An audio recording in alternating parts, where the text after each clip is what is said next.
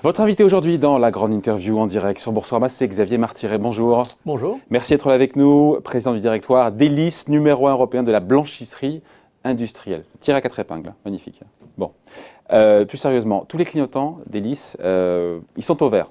Quand on regarde vos publications de résultats annuels, objectifs financiers 2019 ont été atteints, notamment plusieurs records également, enfin sur le chiffre d'affaires notamment. C'est ce qui ressort de vos publications de comptes de la semaine dernière. Et même, vous attendez une amélioration de la rentabilité en 2020. Mais, et là évidemment, il me voit venir avec le coronavirus et tout ce qu'on a dit juste avant là, avec Xavier Timbaud, l'impact que ça a sur les banques, la baisse des bourses, les confinements. Est-ce que ces objectifs d'amélioration de la rentabilité, ça tient toujours? Parce que déjà, malheureusement, c'est obsolète. Alors, les prévisions qui ont été publiées étaient avant l'impact du coronavirus, évidemment.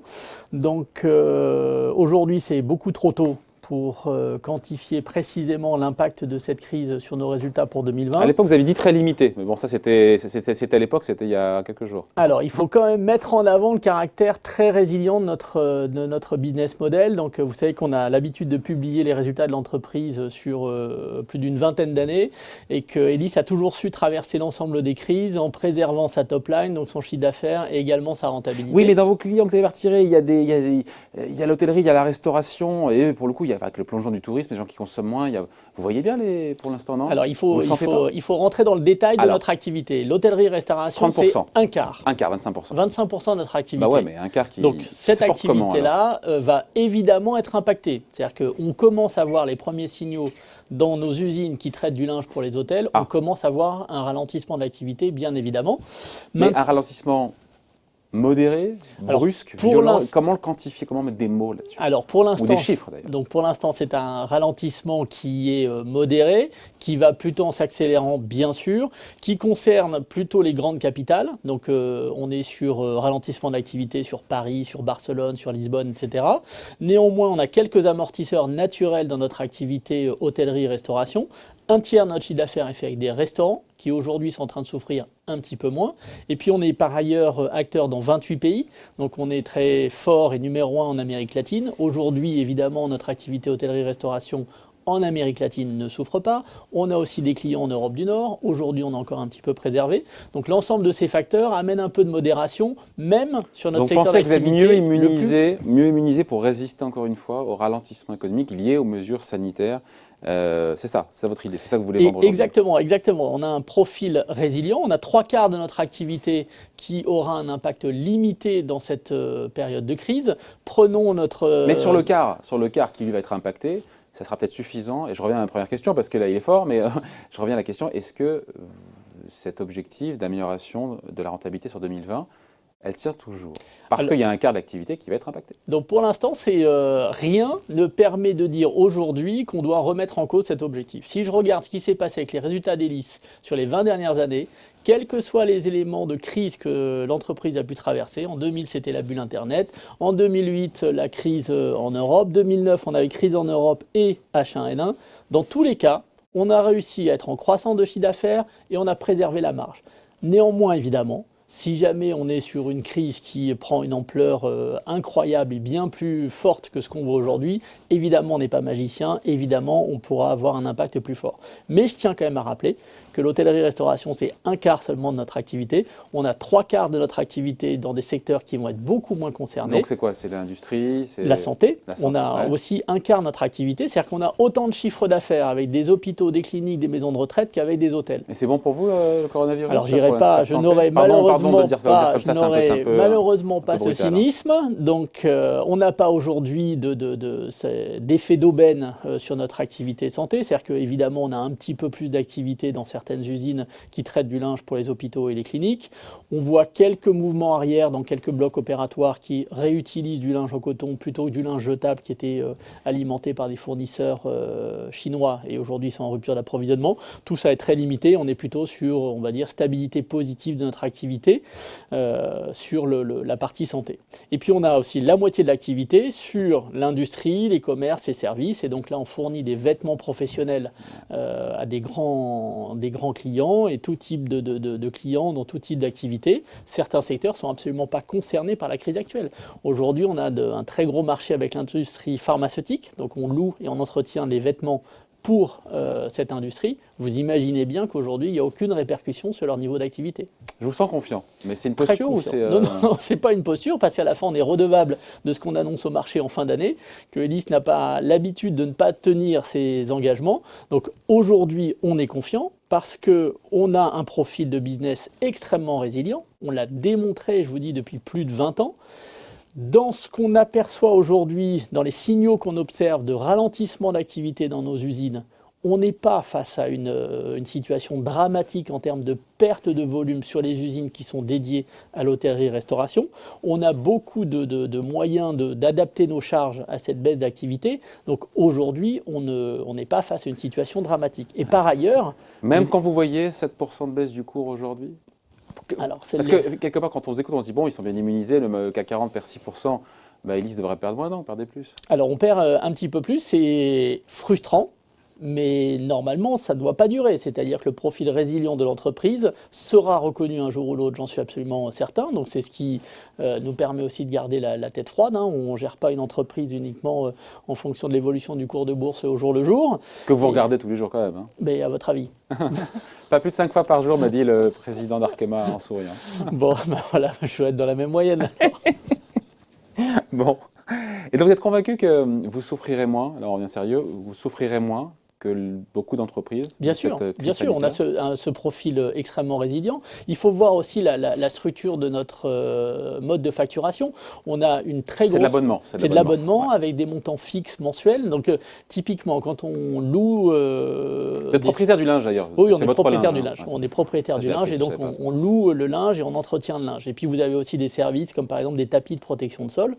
C'est quelle que soit l'activité de la boutique qui loue un tapis, ce sera le même montant de facturation avec Elis. Donc ça nous fait une facturation fixe mensuelle, forfaitaire, et donc on est imperméable aux aléas et au niveau d'activité de notre client. Ouais, sauf que vous avez, alors pour le coup j'ai les chiffres, 50 000 salariés, ok, ça c'est 400 000 clients, clients dans le monde, dans 28 pays. 3 milliards d'euros de chiffre d'affaires, dont un tiers en France, et des clients qui sont autant des TPE que des grands groupes. Mais là on se dit les TPE, on l'a dit juste avant, c'est les TPE qui vont malheureusement trinquer en premier du fait des risques de solvabilité, de liquidité, parce que des tensions sur la trésorerie, et donc ce sont vos clients qui peuvent être en difficulté. Alors c'est effectivement la part de risque sur notre activité liée au commerce, services et petites entreprises. C'est-à-dire notre facturation, elle est forfaitaire, fixe et mensuelle. Évidemment, s'il y a un petit peu plus de dépôt de bilan, un petit peu plus de faillite, évidemment, ça a un impact sur notre chiffre d'affaires. C'est peut-être ça que price le marché, non, avec cette baisse de 7%? Non, je ne pense pas. Ce serait, si on avait un pricing raisonnable, je pense qu'on serait bien mieux que ça et beaucoup mieux que la tendance générale sur les grands index parisiens ou européens. Donc vos clients TPE, juste là en pourcentage, ça génère quoi en chiffre d'affaires sur les 3 milliards? Quel pourcentage qui vient de clients TPE, dont 50% des clients payent un abonnement de moins de 100 € par mois? Exactement. Là, je me dis, waouh, comment on fait pour être rentable pour moins de 100 balles par mois? Et alors, la question, il y a deux questions. Donc, on va dire, c'est 25% de notre chiffre d'affaires maximum. Mais c'est pas rien 25% sur des TPE qui sont bien sûr, les premiers à être en risque. Vous allez avoir un niveau de défaillance qui va être un petit peu plus important, mais à la fin, tout ça, on parle d'un impact d'un 0,5% de chiffre d'affaires sur cette activité-là, donc c'est rien du tout. Et ensuite, comment on fait pour être rentable? Eh bien, c'est la densité. Donc la réponse est densité et multiservice, c'est-à-dire qu'il faut avoir beaucoup de clients pour que dans la même rue, vous arriviez avec le même camion à livrer plusieurs clients. La question, c'est la moitié des clients d'Elis paye un abonnement de 100 € par mois. Exactement. Et là, je me dis, mais ouais, comment il faut pour être rentable? Donc la densité. Donc densité, ça veut dire que vous optimisez votre tournée de livraison et vous avez beaucoup de clients au même endroit. Les fameux camions Elis, là. Les fameux camions Elis. Et puis le deuxième sujet, c'est multiservice, c'est-à-dire que dans le même camion, avec le même agent de service, vous arrivez à livrer tous les produits, tous les services. Et donc, quand notre agent de service vient livrer, par exemple, un restaurant, il vient apporter bien sûr les nappes et les serviettes, mais en même temps, il va changer le tapis qui est à l'entrée du restaurant, il va aller changer la cartouche de savon qui est dans le distributeur de savon. Oui, parce dans que les c'est toilettes. Elis aussi, je ne l'ai pas dit ça, mais Elis, je l'ai appris, je ne savais pas, c'est aussi des fontaines à eau, des machines expresso, des bobines de coton pour s'essuyer les mains.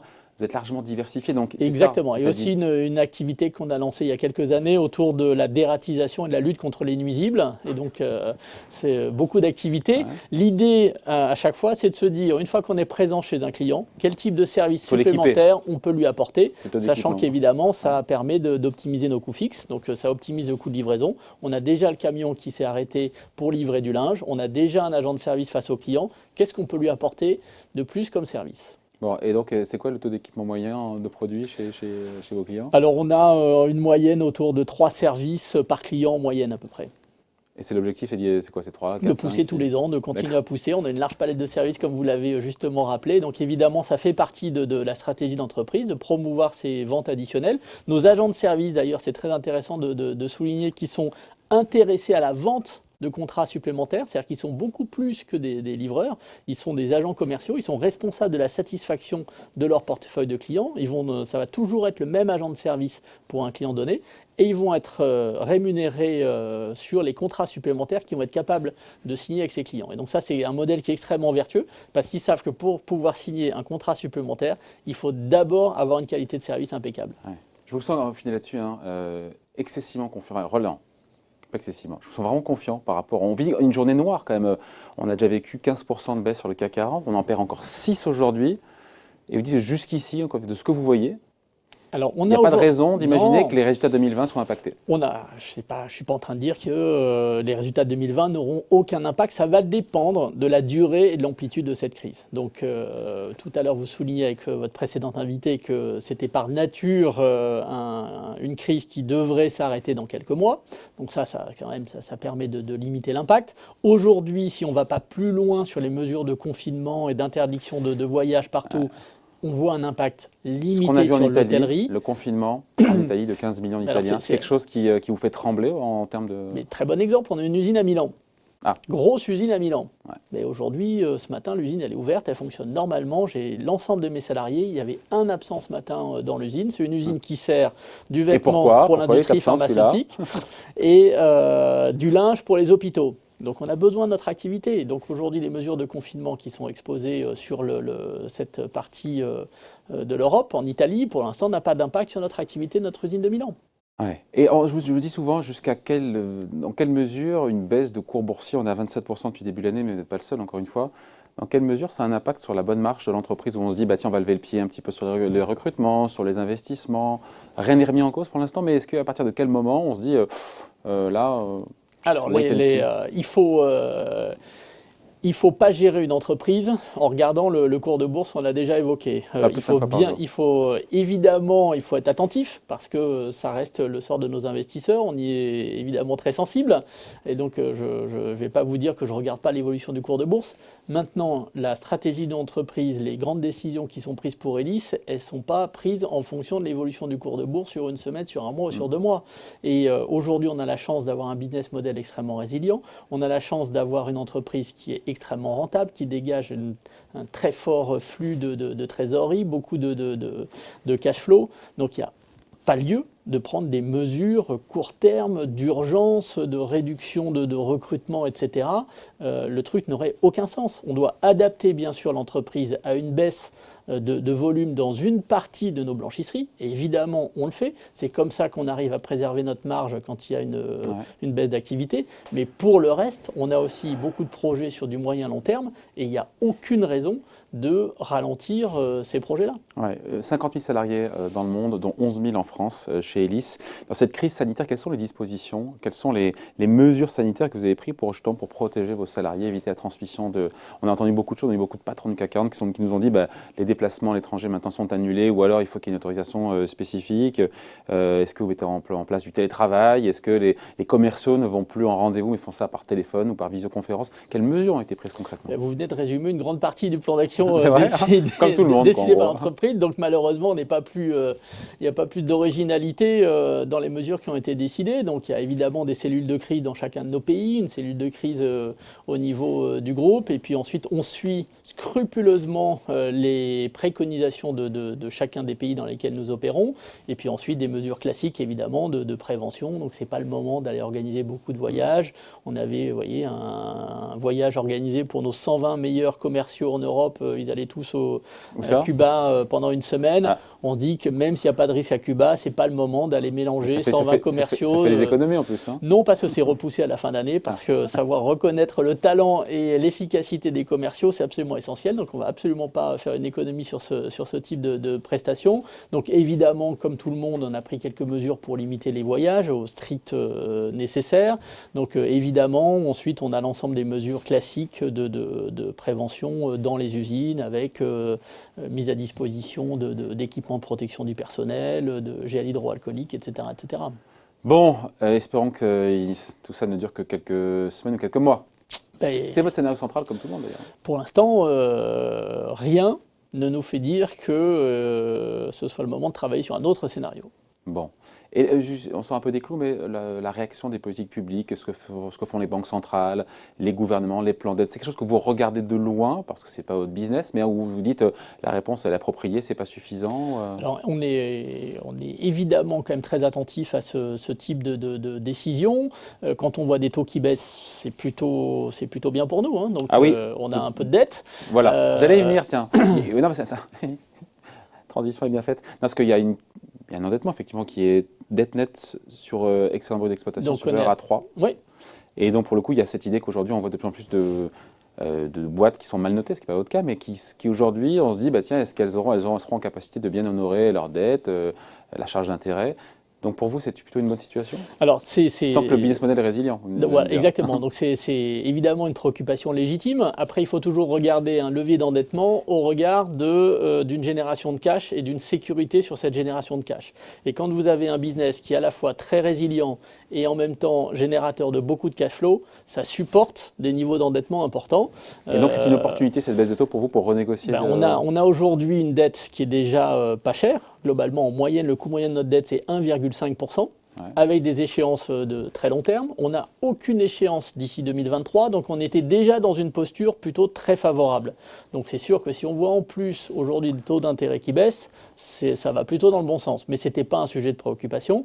L'entreprise, du temps de sa vie sous private equity, a vécu très longtemps avec des leviers au-delà de 5 fois. Parce qu'on avait tellement de cash et un business tellement résilient que ça supportait beaucoup plus de dettes. Donc aujourd'hui, à 3,2 fois, il n'y a pour moi aucun sujet. On a un business model qui permet de déleverager très régulièrement et tous les ans. Donc on va déleverager de l'ordre de 0,2 tours tous les ans.